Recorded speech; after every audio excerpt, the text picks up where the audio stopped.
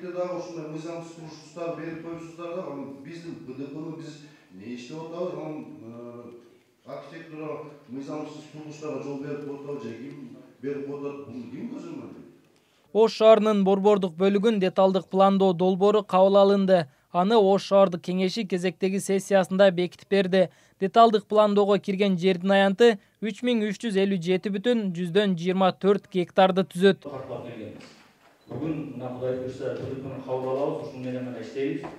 Бар жолуна токтомдук бар. Деталдык пландоо долбоору 2017-жылы башталып 5 жылдан ашуун убакытка созулду. Шаардык кеңештин депутаттары өздөрүн кызыктырган суроолорго жооп алды. Долбоордо шаардын ички көчөлөрү 40 метрге чейин кеңейтилгендери бар. Депутат Максатбек Маматкулов долбоор карама-каршы багытта кабыл алынып калганын көтөрдү. Өзү негизи 40 метр бекитилген ал жерде. 40 метр бекитилген дагы, бирок ошол эле учурда 1 ай 2 ай мурда ал жака уруксат кагаздарын бүтүрүп дом салып атышат да азыркы учурдачы.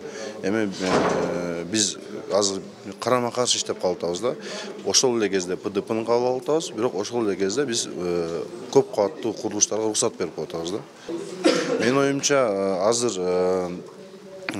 курулуштарды токтотуп, уруксат кагаздарын бербей туруп эле БДПны кабыл алгандан кийин анан уруксат кагаздарын берсе, кийин курулуш компанияларына дагы биз жакшы шарт түзүлүп калмак да.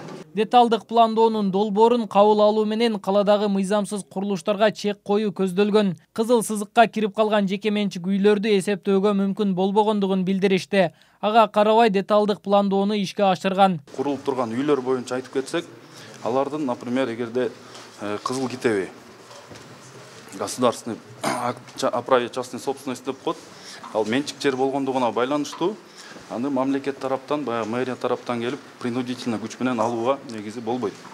Бизде баягы частный собственность өзү конституция менен корголгондугуна байланыштуу. Ал жолду кеңейтүүдө обязательно буга чейин Максат Орунбаев айтып кеткендей, ошол жердин рыночный стоимостун аныктап, негизи мэрия компенсация кылып бериш керек. Же башка жактан ошого альтернативный равноценный деп коет, жер бериш керек болот да. Депутат Болот Баятов ички көчөлөрдү кеңейтип эле койбостон жеке менчик ээлеринин укуктарын коргоо боюнча иш алып баруу керектигин белгилейт. Анткени кызыл сызыкка чыккан имарат курулуштардын орду муниципалдык менчикке алынат. Мындай жагдайда миңдеген жарандар мүлкүнөн кол жууп, укук тастыктоочу документтери жокко чыгышы ыктымал. Кээрлердин үйлөрүнө чейин маселе жаралып калышы мүмкүн. Бул келечектеги маселе да. Эми биз азыр сунуш берип атабыз. Эгерде ошол келечектеги көйгөйлөрдү алдын ала чечүү боюнча атайын мэрия тарабынан же шаардык кеңеш тарабынан бир токтом кабыл алып, аларга мисалы келечекте үйү бузула турган болсо, же келечекте жолу кеңейтилип, анын территориясына кирип кете турган болсо, компенсация катары мамлекет тарабынан акча каражатын төлөп берүү боюнча же ошого теңдештирилген башка жерди берүү боюнча дагы ушундай маселе каралды да.